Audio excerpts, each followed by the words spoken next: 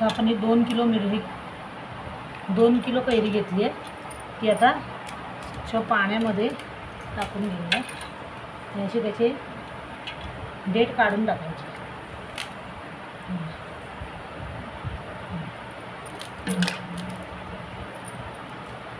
देठ काढून टाकायचे. हे मी आता हे आज रात्रभर पूर्ण हे पाण्यात ठेवणार आहे. म्हणजे त्याचा जो डिंक आहे ना तो सगळा निघून जायला पाहिजे ना, म्हणून पाण्यात ठेवतो रात्रभर. आता हे पाण्यात ठेवते. आता उद्या आपण सकाळी तर दाखवते मी तुम्हाला पुढे काय करायची प्रोसेस. या आता आपल्या कैऱ्या एकदम अशा कोरड्या झाल्या बघा, थोड्यासुद्धा ओल्या नाही आहेत. आता एका आपण साला काढून घेऊया आणि मग किसन घेऊया किसणीवरती. त्याचा चीक पूर्ण गेलेला आहे. आता असेच आपण सगळ्याचे देठ काढून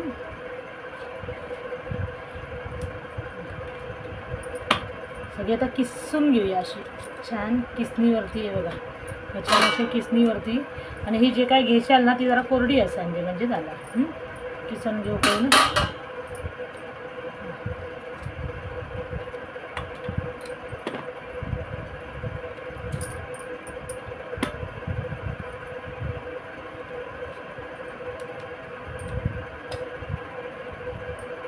सोलरने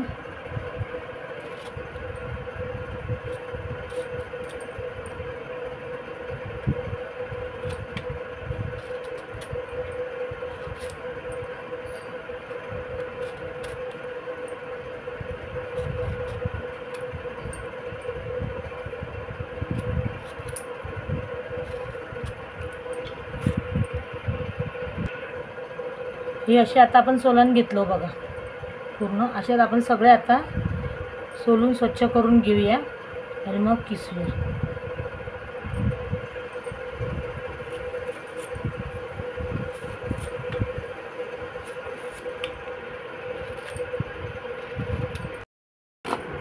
हे असे आपले सगळे कैरी सोलून झाली आहे. आता ही बघा मी अशी किसते ती बघा. ही एक मी किसून पण झाले तुम्हाला दाखवते.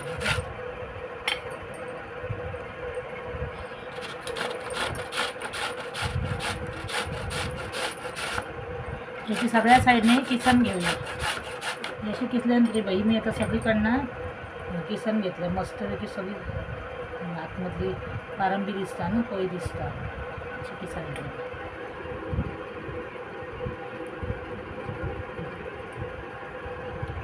सगळी किसन घेऊया.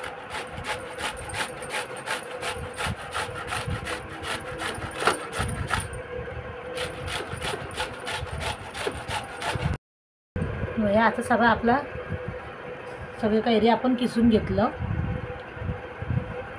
आता गूळ पण किसून घेऊया आणि मग मुरंबा करायला घेऊया. चला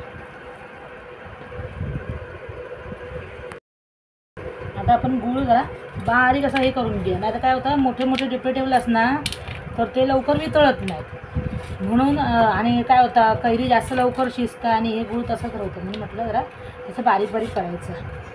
असं बारीक बारीक किसून घेतलं ना की मग तो लवकर वितळता. आता 2 किलो कैरी आहे म्हणून मी 2 किलो कैरी 2 किलो गूळ घेतलं आहे. तशा प्रमाणात घेतलास ना की बरोबर होतं. म्हणजे जरा असं आंबट लागतं, एकदम गोड असतं, एकदम भुबभुबीत गोड असतं, तसला बरा नाही.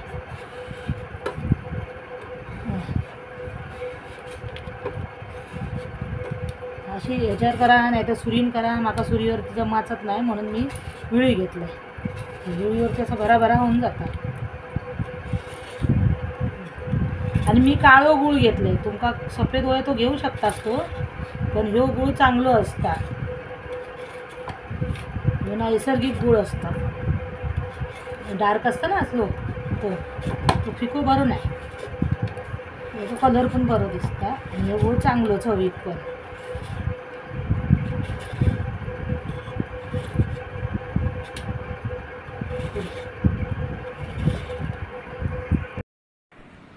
आता आपली सगळी तयारी झाली आहे. कैरी किसून घेतली आपण. गूळसुद्धा आपण मस्तपैकी बारीक असा किसून घेतला आहे आणि त्यात लागणारी ही वेलची आणि जायफळची पूड आहे आणि दालचिनीचे 2 तुकडे घेतलेत आणि 6-7 हे घेतलेत लवंगा घेतलेत. आता आपण पुढची प्रोसेस करूया. कढई तापत ठेवली आहे. आता ह्याच्यात आपण 2 चमचे तूप घालून घेऊया. 2 चमचे तूप घालून घेतलं आहे. आता ह्याच्यात लवंग आणि वेलची घालून घेतली.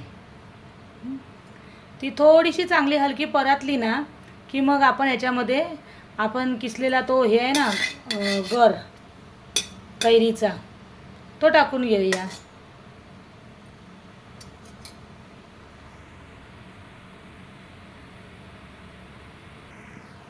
आता आपण याच्यात किसलेली कैरी घालून घेतली आहे.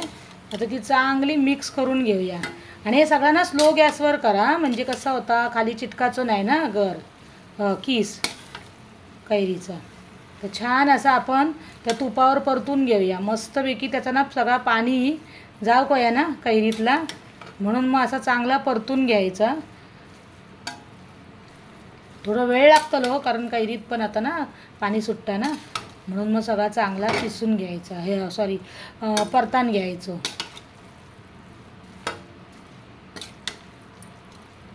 आता आपण सगळं परतून घेतो आहे आणि मग मी तुमका दाखवते.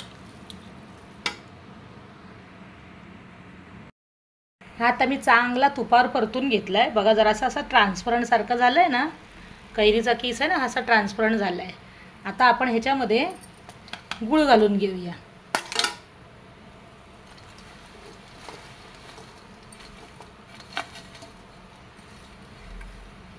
आता हा गूळ घालून झाला आहे. आता आपण ह्याला मस्त असा व्यवस्थित मिक्स करून घेऊया.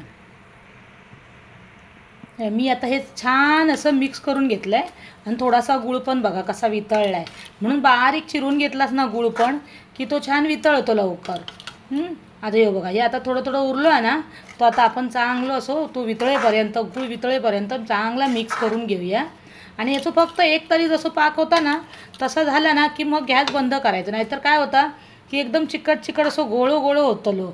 म्हणून ह्या आता थोडा मी चांगला ढवळून घेतो आहे. बघा मस्त दिसतं ना कलर पण याचं ना डार्क असतं ना त्याच्यामुळे याचं कलर पण बरं येतं. त्याच्यात कॅमेऱ्यात तुमका एवढं दिसायचं नाही पूर्ण झाल्यावर दाखवतं आहे व्यवस्थित. आता ह्या मी सगळा मिक्स करून घेते.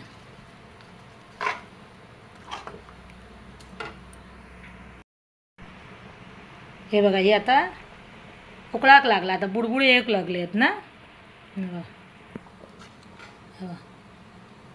हे आता मी तुमका किती घट करूक लागतं ना तर आम्ही तुमका दाखवते. अजून बघा अजून गूळ पूर्ण वितळलेलो नाही. हे बघा ह्याच्यामध्ये अजून खडे होत हे बघा ना. आणि तुमच्याकडे जर जाडी किसणी असतात ना तर जाड्या किसणीने किसलास ना तर ह्याच्यामध्ये ना ते धागे दिसतले ह्याचे किसलेले हे असे. हे तर माझ्याकडे काय होता माझी किसणी जरा बारीकच होती त्याच्यामुळे तर तेवढा नाही दिसायचा. आणि एकदम पण घट करू नका कारण का एकदम घट केलास ना की त्याचे गोळे गोळे होतात नंतर सुकल्यावर. कारण थंड झाला ना की तर अजून घट होता. हे असं सारखा ढवळूक लागतं. हे बघा असं हे मुरंबानं सारखं असं ढवळूक लागतं. हां आणि अजून एक ह्याच्यामध्ये जर तुमका साखर टाकूची असात तर अर्धो गूळ आणि अर्धी साखर टाकलास तरी चालत त्याच प्रमाणात. आता 2 किलो मी 2 किलो गूळ घेतलेलं आहे तर तुम्ही 1 किलो साखर आणि 1 किलो गूळ घेतलास तरी चालत. पण त्यांना जास्त पातळ होता मग लवकर घन होत नाही ना. मस्त दिसतात ना हे बघा. आणि शक्यतो ना तुमच्याकडे जर स्टीलची कढई असतात ना तर ती घेवा. कारण जास्तीत जास्त ना स्टीलच्या कढईत जेवढा करशाल ना तेवढा चांगला. कारण ते भांड्यांवरती हे होता परिणाम होता ना म्हणून. हे आपल्या ह्याच्यात ह्या का काय नाही होत जा पण भांड्यात जरा कधी कधी हे होतं. हे आता ह्याचं नाही होतं कारण ही जाडी आमची कढई भरपूर जाड आहे आणि माझ्याकडे स्टीलची कढईच नव्हती म्हणून मी हीच कढई घेतलं आहे. आता ह्या चांगला उकळताला आणि मग हळूहळू हळूहळू घट होताला. आत्ताच बघा जरा जरा घट होत लागला. हे बघा आता गूळ सगळं वितळलं. आता ह्या अजून घट घट घट घट घट होत जाताला. आणि माझे कसं झालं आहे बघा हे बारीक होती ना किसणी त्याच्यामुळे हो किस आहे ना बारीक होतो. तुमच्याकडे जर मोठं असतं तो दिसाक पण तो जरा बरो दिसतलो. पण ह्या चवीक एक नंबर असता. चपाती विपातीवर खाऊ एकदम मस्त. गुळांबा मोरांबा काय बोलशाल ता. बघा करून बघा. माझी रेसिपी तुमका आवडतात ना तर माका लाईक शेअर सबस्क्राईब करायला विसरू नका. नवीन असाल तर जरा सबस्क्राईब करा आणि त्याच्या सबस्क्राईबच्या बाजूला ते बेल आयकॉन असते ना, बेलचं चिन्ह असतं. आता प्रेस केलास की माझी नवीन नवीन रेसिपी तुमका दिसतले. अजून लोणची दाखवूची आहेत. चला या आता थोड्या वेळाने मी जसा घट होता ना तसं मी तुमका दाखवते. हे बघा या आपला आता मस्त असा घट झाला. हा बघा हे आता मी तुमका दाखवतोय किती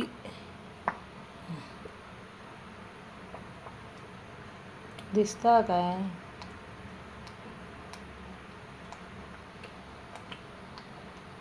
हे बघा अशी एक तार जाता नाही, अशी तार हो कोई बघा. बस आता आपण ह्या बंद करायचा. हे बघा एक तार झाली ना. आता हे आपण बंद करूया नाही तर ते अजून घट होतला थंड झाल्यावरती.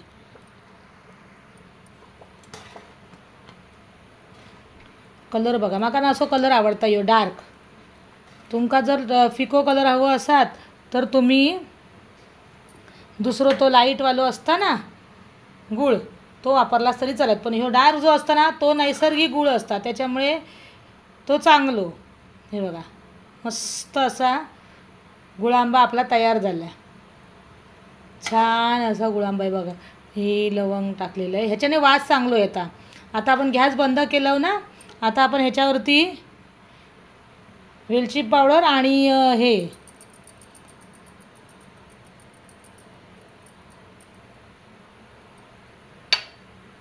घालून घेऊया. या बघा वेलची आणि जायफळाचा वास आहे ना ह्याच्यात एवढं मस्त येता ना.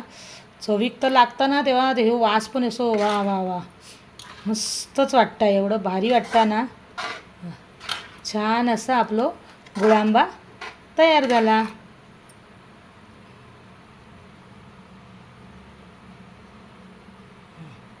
ह्या आता जसा थंड होताला ना तसं तो अजून थोडासा घट होताला. म्हणून आपण जरा अगोदर बंद करायचा. एक तार झाली की लगेच बंद करायचा. हे बघा मस्त आहे.